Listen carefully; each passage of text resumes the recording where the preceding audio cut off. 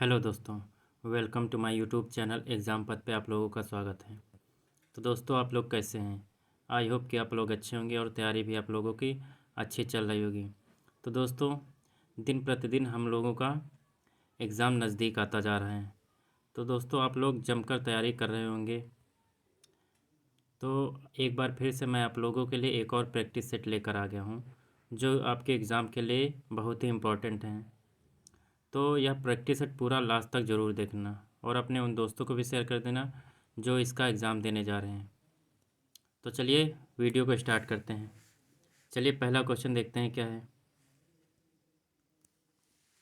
पहला क्वेश्चन है, एक आवक प्रतिलाभ खाते को किस में रिकॉर्ड करने के लिए रखा जाता है? ऑप्शन ए, बेची गई किसी भी वस्तु का प्रतिलाभ। ऑप्शन बी, खरीदी गई किसी भी वस्तु का प्रतिलाभ। ऑप्शन सी, बेचे गए माल का प्रतिलाभ। या ऑप्शन डी, खरीदे गए माल का प्रतिलाभ। तो एक आवक प्रतिलाभ खाते को बेचे गए माल का प्रतिलाभ रिकॉर्ड करने के लिए रखा जाता है। किस लिए? बेचे गए माल का प्रतिलाभ रखने के लिए रिकॉर्ड रखा जाता है। ऑप्शन सी सही है, फर्स्ट का सी सही है। नोट देख लेते हैं, नोट में क्या है। नोट में दिया है कि आवक प्रतिलाभ खाता होता क्या है। आवक प्रतिलाभ खाता एक रोजनामचा सब्सिडरी है जो क्रेडिट पर बेचे गए सामान या माल के प्रतिलाभ का ट्रैक रखती है। ये होता है आपका आवक प्रतिलाभ खाता। तो इसका सही आंसर है ऑप्शन सी, फर्स्ट का सी सही है। बेचे गए माल का प्रतिलाभ, फर्स्ट का सी सही है। अगला क्वेश्चन, क्वेश्चन नंबर 2। क्वेश्चन, निम्नलिखित में से कौन सा कथन गलत है? इसमें बताना है कि आपका कौन सा ऑप्शन गलत है। ऑप्शन ए, व्यापार लेखा के नामे पक्ष पर प्रारंभिक माल सूची लिखी जाती है। ऑप्शन बी, प्रत्यक्ष व्यय व्यापार लेखा के नामे पक्ष पर लिखे जाते हैं। ऑप्शन सी, व्यापार लेखा के जमा पक्ष पर टर्नओवर लिखा जाता है। या ऑप्शन डी, व्यापार लेखा के जमा पक्ष पर फ्रेट इनवर्ड लिखा जाता है। तो इसका गलत आंसर बताना है कि इसका कौन सा गलत है। 3 सही होंगे और एक गलत होगा। तो इसका सही answer option D, D option गलत है। तो 2 का डी सही है। व्यापार लेखा के जमा पक्ष पर फ्रेट इनवर्ड लिखा जाता है, ये ऑप्शन आपका सही है। नोट में क्या है? ये जो नोट में पॉइंट्स छोटे छोटे लिखे, ये आपके लिए बहुत इंपॉर्टेंट है, इनको ज़रूर ध्यान से पढ़ना। नोट में क्या है? व्यापार लेखा एक ट्रेडिंग अकाउंट, एक स्टेटमेंट है जो एक बिजनेस फर्म द्वारा स्टॉक से संबंधित सभी लेन देन, सामग्री की खरीद, निर्माण व्यय और माल की बिक्री को रिकॉर्ड करने के लिए तैयार किया जाता है। वो आपका व्यापार लेखा होता है। तो इसका सही आंसर है ऑप्शन डी, 2 का डी सही है। अगला क्वेश्चन, क्वेश्चन नंबर 3। क्वेश्चन है, सरकारी अंकेक्षण के मामले में नियंत्रक एवं महालेखा परीक्षक द्वारा किस प्रकार के अंकेक्षण का आदेश दिया जा सकता है? अनुपूरक अंकेक्षण, पूर्ण अंकेक्षण, अंतरिम अंकेक्षण या फिर जांच पड़ताल। तो सरकारी अंकेक्षण के मामले में नियंत्रक एवं महालेखा परीक्षक यानी सीएजी द्वारा पूछ रहा है कि किस प्रकार के अंकेक्षण का आदेश दिया जाता है। तो अनुपूरक अंकेक्षण का आदेश दिया जाता है। किसका? अनुपूरक अंकेक्षण का आदेश दिया जाता है। ऑप्शन ए सही है। नोट में क्या है? इसमें पॉइंट दिया है कि अनुपूरक अंकेक्षण क्या होता है।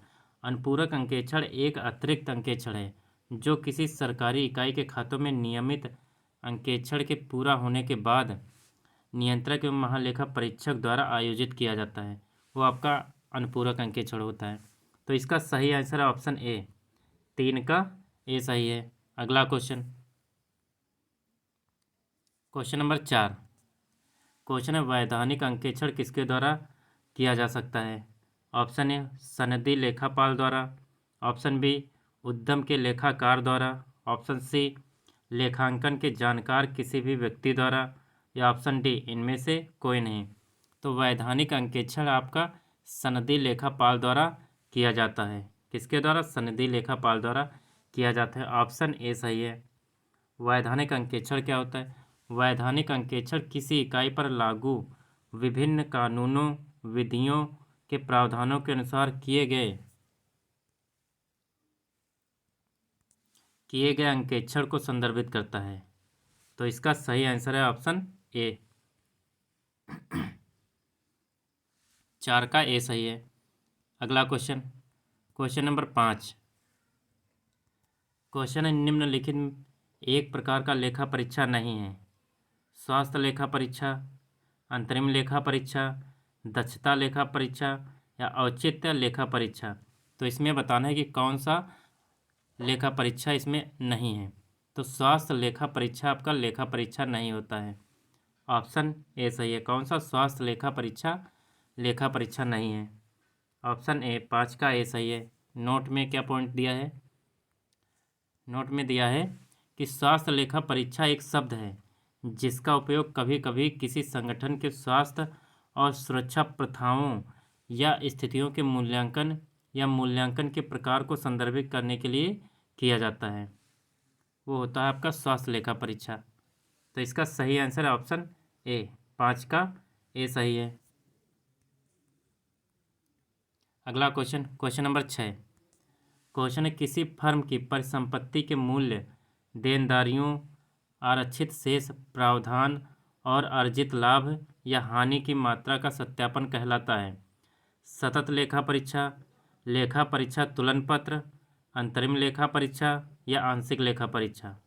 तो किसी फर्म की परिसंपत्ति के मूल्य, देनदारियों, आरक्षित शेष प्रावधान और अर्जित लाभ या हानि की मात्रा का सत्यापन आपका कहलाता है लेखा परीक्षा तुलन पत्र। क्या कहलाता है? लेखा परीक्षा तुलन पत्र कहलाता है। ऑप्शन बी सही है। 6 का बी सही है। नोट में क्या दिया है? नोट में देखिए दिया है कि लेखा परीक्षा तुलन पत्र वित्तीय विवरणों का लेखा परीक्षा है जिसका उद्देश्य फर्म की संपत्ति, देनदारियां, भंडार प्रावधान और लाभ हानि जैसी तुलन पत्र वस्तुओं की सटीकता को सत्यापित करना है। सतत लेखा परीक्षा क्या होता है? यह एक प्रकार का लेखा परीक्षा है जहां पूरे वर्ष लगातार लेखा परीक्षा किया जाता है। यह वास्तविक समय में त्रुटियों या धोखाधड़ी की पहचान करने और तुरंत सुधारात्मक कार्यवाही करने में मदद करता है। वो आपका सतत लेखा परीक्षा होता है। और कौन सा? अंतरिम लेखा परीक्षा। कौन सा? ऑप्शन सी का अंतरिम लेखा परीक्षा। ये भी देख लेते हैं क्या।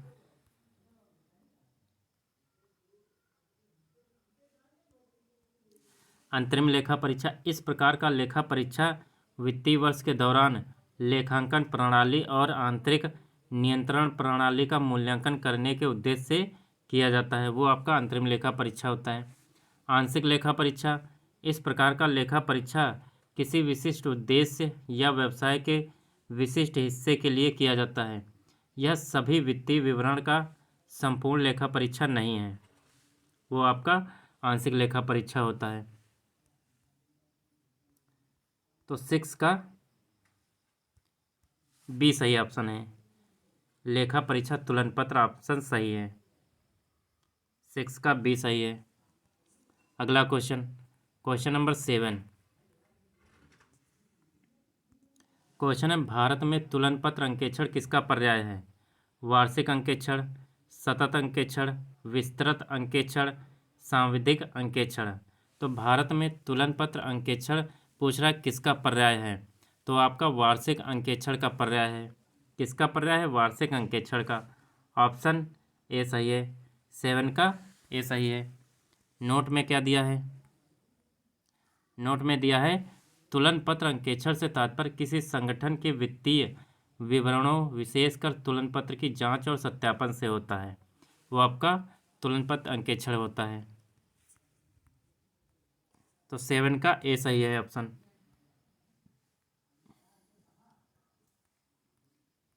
अगला क्वेश्चन, क्वेश्चन नंबर 8। क्वेश्चन है सतत अंकेक्षण है अंतरिम अंकेक्षण, वर्ष के अंत में अंकेक्षण, आंतरिक अंकेक्षण, नियमित अंकेक्षण। तो सतत अंकेक्षण आपका नियमित अंकेक्षण होता है। कैसा अंकेक्षण होता है? नियमित अंकेक्षण। ऑप्शन डी सही है। 8 का डी सही है। नोट में क्या दिया है? नोट में दिया है कि सतत अंकेक्षण एक अंकेक्षण उपागम को संदर्भित करता है जहां अंकेक्षक पूरे वर्ष चल रहा और नियमित अंकेक्षण प्रक्रियाएं करता है। तो इसका सही आंसर है ऑप्शन डी, 8 का डी सही है। अगला क्वेश्चन, क्वेश्चन नंबर 9। क्वेश्चन, अशोध ऋण प्रदर्शित किया जाता है। ऑप्शन ए लाभ और हानि खाते के डेबिट पक्ष में। ऑप्शन बी लाभ और हानि के खाते के क्रेडिट पक्ष में। ऑप्शन सी तुलन पत्र के परिसंपत्ति पक्ष में। या ऑप्शन डी तुलन पत्र में देनदारी पक्ष में। तो अशोध ऋण प्रदर्शित करता है लाभ और हानि खाते के डेबिट पक्ष में। कहाँ पे? लाभ हानि खाते के डेबिट पक्ष में प्रदर्शित किया जाता है। ऑप्शन ए सही है। 9 का ए सही है। नोट में क्या है? नोट में देख लेते हैं। नोट में दिया है कि ऐसा इसलिए है क्योंकि अशोध ऋण को फर्म के नुकसान के रूप में माना जाता है और अब उन्हें लाभ के रूप में पुनर्प्राप्त किया गया है, इसलिए उन्हें लाभ और हानि खाते के डेबिट पक्ष में स्थानांतरित कर दिया जाता है। तो इसका सही आंसर है 9 का ए सही है। 9 का ए सही है, लाभ हानि खाते के डेबिट पक्ष में। अगला क्वेश्चन, क्वेश्चन नंबर 10। क्वेश्चन है डबल कॉलम कैशबुक रिकॉर्ड है केवल नकद लेन देन, केवल क्रेडिट लेन देन, नकद और बैंक लेन देन या सभी लेन देन। तो डबल कॉलम कैशबुक में रिकॉर्ड किए जाते हैं नकद और बैंक लेन देन दोनों। कौन से लेन देन? नकद और बैंक लेन देन दोनों रिकॉर्ड किए जाते हैं। ऑप्शन सी सही है। 10 का सी सही है। नोट में क्या है? एक डबल कॉलम कैशबुक के प्रत्येक तरफ 2 कॉलम स्थित होते हैं जिसे 2 कॉलम कैशबुक के रूप में भी जाना जाता है, जिसका उपयोग नकद और बैंक लेन देन को ट्रैक करने के लिए किया जाता है। वो आपका डबल कॉलम कैशबुक कहलाता है। तो इसका सही आंसर है ऑप्शन सी, 10 का सी सही है। अगला क्वेश्चन, क्वेश्चन नंबर 11। क्वेश्चन है नकद में बेचे गए माल को किस में दर्ज किया जाता है? विक्रय बही में, रोकड़ बही में, विक्रय वापसी बही में, खुदरा रोकड़ बही में। तो नकद में बेचे गए माल को आप क्या कहेंगे? विक्रय बही, रोकड़ बही, विक्रय वापसी बही या फिर खुदरा रोकड़ बही? तो आप कहेंगे रोकड़ बही। क्या कहेंगे? नकद में बेचे गए माल को रोकड़ बही में दर्ज किया जाता है। ऑप्शन बी सही है। 11 का बी सही है। अगला क्वेश्चन, क्वेश्चन नंबर 12। क्वेश्चन इकाई लेखा अवधारणा है जो कहती है कि इकाई लेखा अवधारणा है जो कहती है कि ऑप्शन ए मालिक और मालिकाना फर्म दोनों व्यय और या राजस्व के लेखांकन के समय अलग अलग होते हैं। ऑप्शन बी दिवालिया होने के समय मालिक व्यक्तिगत रूप से उत्तरदायी होगा। ऑप्शन सी मालिक की मृत्यु हो जाने पर मालिकाना फर्म तुरंत भंग हो जाएगी। या ऑप्शन डी उपरोक्त में से कोई नहीं।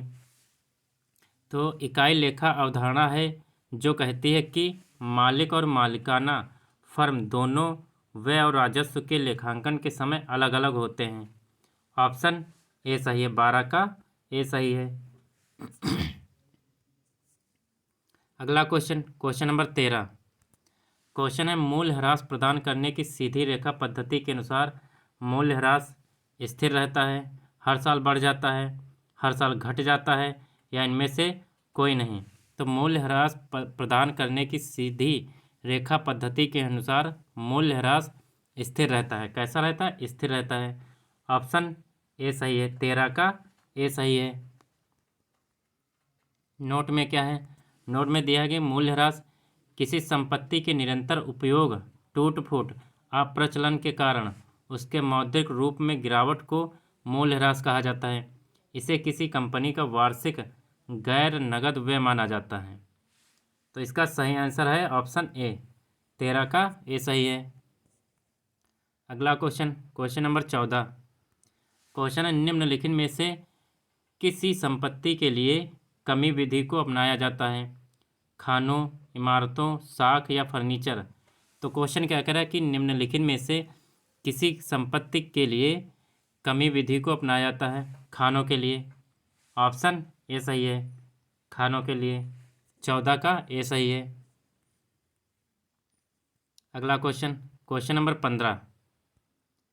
क्वेश्चन है, यदि रोकड़ बही के अनुसार शेष राशि दी गई है तो पासबुक के अनुसार शेष राशि की गणना करने के लिए जारी किए गए लेकिन भुगतान के लिए प्रस्तुत नहीं किए गए चेक का उपचार क्या है? ऑप्शन ए, रोकड़ बही के अनुसार शेष राशि से घटाया जाता है। ऑप्शन बी, रोकड़ बही के अनुसार शेष राशि में जोड़ा जाता है। ऑप्शन सी, किसी समायोजन की आवश्यकता नहीं है। या ऑप्शन डी, पासबुक के अनुसार शेष राशि में जोड़ा जाता है। तो यदि रोकड़ बही के अनुसार शेष राशि दी गई है तो पासबुक के अनुसार शेष राशि की गणना करने के लिए जारी किए गए भुगतान के लिए प्रस्तुत नहीं किए गए लेकिन उपचार क्या होगा?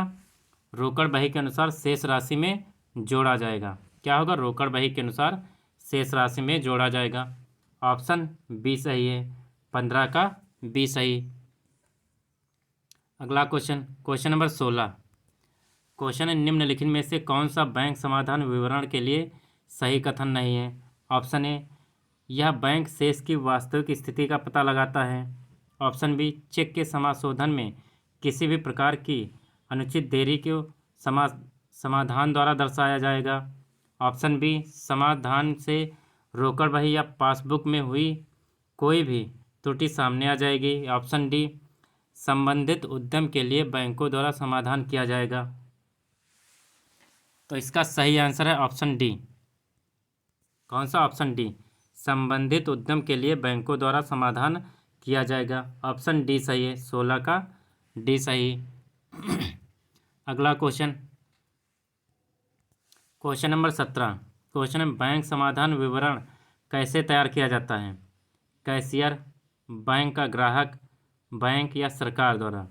तो बैंक समाधान विवरण बैंक के ग्राहक द्वारा तैयार किया जाता है। ऑप्शन बी सही है, बैंक समाधान विवरण बैंक का ग्राहक के लिए तैयार किया जाता है। ऑप्शन बी सही है, 17 का बी। अगला क्वेश्चन, क्वेश्चन नंबर 18। क्वेश्चन है, बैंक समाधान विवरण एक सूची है जिसमें किसी भी तिथि पर रोकड़ बही और पासबुक के अनुसार किसके बीच अंतर पैदा करने वाली विभिन्न मदों को दर्शाया गया है। बैंक में जमा राशि, नकदी शेष, प्राप्तियां शेष या डिस्काउंट बैलेंस? तो इसका सही आंसर है ऑप्शन ए, बैंक में जमा राशि। 18 का ए सही है। अगला क्वेश्चन, क्वेश्चन नंबर 19। क्वेश्चन है, निम्नलिखित में से कौन सी एक मूर्त संपत्ति है? ख्याति है, ब्रांड है, मताधिकार है या उपकरण है? तो इसमें बताना है कि कौन सी आपकी मूर्त संपत्ति है। तो उपकरण आपकी मूर्त संपत्ति होती है। कैसी संपत्ति? मूर्त संपत्ति। ऑप्शन डी सही है, 19 का डी। नोट में क्या दिया है? नोट में दिया है कि मूर्त संपत्ति कौन कौन सी होती है, जैसे कि आपकी भूमि हो गई, इमारत, संयंत्र एवं उपकरण, फर्नीचर, वाहन, दफ्तर के उपकरण, ये आपके मूर्त संपत्ति हो गए। अमूर्त संपत्ति जैसे आपकी हो गई ख्याति, ब्रांड या ट्रेडमार्क, कंप्यूटर सॉफ्टवेयर, खनन अधिकार, कॉपीराइट, पेटेंट, संचालन अधिकार, संपदा अधिकार, सेवाएं, ये सभी आपकी अमूर्त संपत्तियां हो गई। तो इसका सही आंसर ऑप्शन डी, 19 का डी सही है।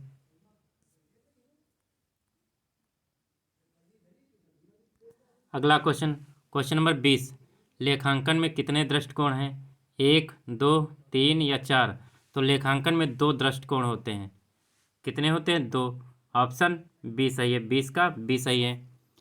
कौन कौन से होते हैं? सबसे पहले पारंपरिक दृष्टिकोण या ब्रिटिश दृष्टिकोण, और दूसरा होगा आधुनिक दृष्टिकोण या अमेरिकी दृष्टिकोण। ये आपके हो गए 2 दृष्टिकोण। तो इसलिए इसका सही आंसर है ऑप्शन बी, 20 का बी सही है। तो ये आपके 20 क्वेश्चन हो गए हैं जो आपके चुनिंदा क्वेश्चनों में से एक हैं। तो ये आपके एग्ज़ाम के लिए बहुत ही इम्पोर्टेंट हैं। तो वीडियो एक बार फिर से देखना और उन पॉइंट्स को देखना जो नोट में लिखे हैं, उनको ध्यान से पढ़ना।